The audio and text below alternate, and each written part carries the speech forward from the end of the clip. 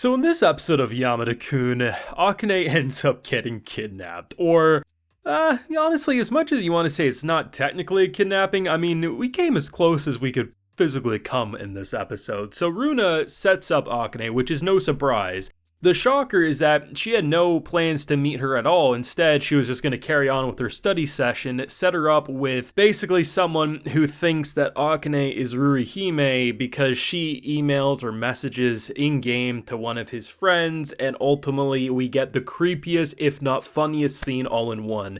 They somehow tiptoed the line of being completely, oh my god, we need a restraining order, to I really hope we see this man again, because this is the type of mofo who wore a full tuxedo to go see the Minions movie like I saw memed all over social media. This dude ranged from having no personal space to then also seeming oddly compassionate, and it just kind of seems like he was one step away from being an incel, but Mother's words got through and he really was just trying to help her. He just didn't understand social boundaries, and what an episode this was. I'd argue this was the best episode, not only just because it was hilarious, it also really does the thing that I love that Tomo-chan is a girl did. It brings up drama, but it doesn't drag it out too long, so it never feels dry or boring. Now, I do have a full live reaction to this wonderful episode available on my Patreon, so if you do want to see my full uncut thoughts as I watch it, you can head on over there and consider supporting. I like the fact that a character like Runa easily could be in any other show, but then again, it kind of feels like we're in a new trend with rom-com anime. You have the things that kind of feel like a little bit of a bump in the road, where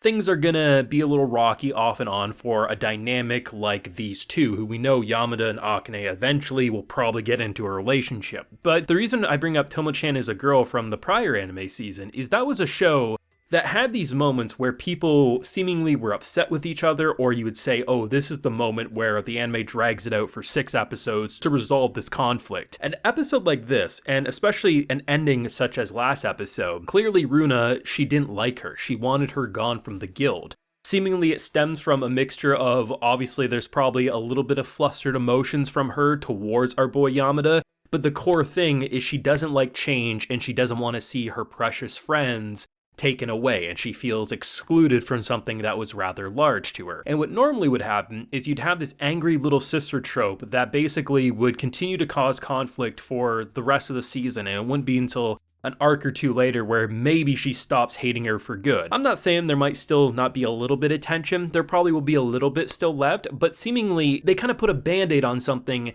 a lot faster than what you expect. Now, if you're newer to rom-com anime and the likes, you might say, oh, you know, shoujo shows, I haven't really seen too many of them, and honestly, this feels like the right pacing. Why would they stretch it? Honestly, a lot of these authors, they don't have a lot of ideas, they have basic bullet points, and they stretch them for as long as possible until the readers get completely pissed off, and then they go to the next one. But the fact that you actually made her, you know, this little sister trope, annoying, infuriating, but not to the point that the viewers collectively hate her and don't want to see her on screen. They made her arrogance, her kind of bratty attitude, an important part to Akane being accepted into this group, and they seemingly resolved it in the appropriate amount of time. She didn't magically flip a switch, but they also showed these signs of her that, despite her setting her up in a dangerous situation. Now, she got lucky that it was just kind of a creepy dude who wants to marry her by the end of the episode, especially if you watch after the credits, but at the end of the day, he wasn't as stranger danger as he could have been, especially with how she set her up. But the idea that as soon as she's like running away because she doesn't want to apologize, she doesn't want to face the consequences, as soon as she sees Akane on the ground hurt, she immediately runs over and completely ignores that. That shows who she is deep down inside. She does care about people, and she does want to be accepted, but she has trouble showing these moments, and the idea of the only people in her life seemingly that don't hate her, you know, the idea of them accepting other people and potentially hating her, you understand why she feels the way she does. And they let her feel bratty, they let her feel infuriating in the right amount so that she doesn't get ruined as a character. So by the end, when you see our girl helping her blow her nose, wipe up the tears, you feel like Akane and you're glad they resolved it in the way they did. I did think the entire concept of basically setting up Akane with this dude who's in full tux and it thinks she's Rurihime was hilarious. I mean, I didn't expect it to get as creepy as they went. There's this transition they do when basically our boy comes over to tutor. He pokes the doorbell, right? But they transition from her in the bathroom to him poking. And it was actually a really creepy transition. And the fact that as she's in the ladies' room, He's banging on the door, he's trying to open, he's like, could you open this up for me? It seems I can't do it myself. And the fact that out of like a dozen stalls, he figured out which one was her. No social boundaries, he clearly doesn't understand social cues, but I'm glad they blended that line of, oh my god, creep, and oh my god, please tell me this character comes back again, because that is hilarious.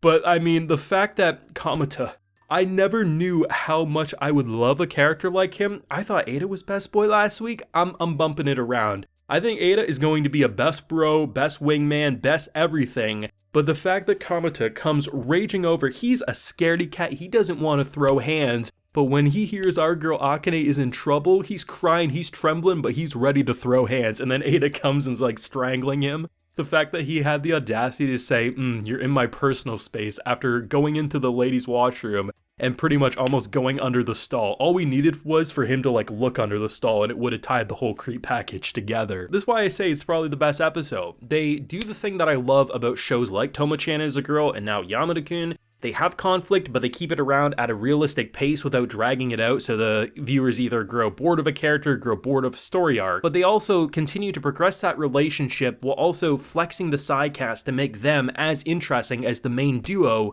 that we're rooting for to get together. They remain to have comedy direction that is completely on point, and I have to say, this is a completely fresh experience for the almost kind of shoujo rom-com department, and I'm loving my time after 5 episodes. This is a show I obviously hope gets a season 2 because there's a lot of potential to show so much with these characters. I love the fact that it's bigger than just Akane or Yamada, and I love just seeing both of them on screen, but I love the guild as a whole, and for a girl who logs in once every few months to, in the car ride over to say, well, why didn't you ask me first? You get into that moment where you're like, you want to smack her upside the head, like, what are you talking about? Like, you never log in, but you understand that this group is important to her, and the fact that she has no friends at school, the fact that she says, well, I have 300 online friends, right? This group means a lot to her, and she felt like she was being pushed away and someone was taking her place. And obviously, if more people get added to this guild, she'll probably have a similar reaction. But I love the fact that they didn't drag out the Akane and Runa conflict longer than needed. Even if there still is some tension after this episode, it can't be as bad as it was leaving last week and entering this episode. I mean, she set her up with potentially a stalker kidnapper. That's as bad as it could have been, and he was tiptoeing on that line. I mean, it can't be worse than that, but hey, if they prove me wrong, I'm ready to laugh and cringe all at the same time. Thoughts and feelings yourself on this wonderful episode down below. What did you think of everything it dropped? Let me know. Be sure to leave a like if you enjoyed, subscribe if you're new around here, ring that bell, of course, so you can get notified when I upload on the channel. And like I mentioned, we do have a full live reaction available on my Patreon if you're interested, and while you're there, you can also get a video shout out. So today, we have Philos, Tony X, and Count Viscount. So I appreciate the support, everyone. Please take care and have a good one.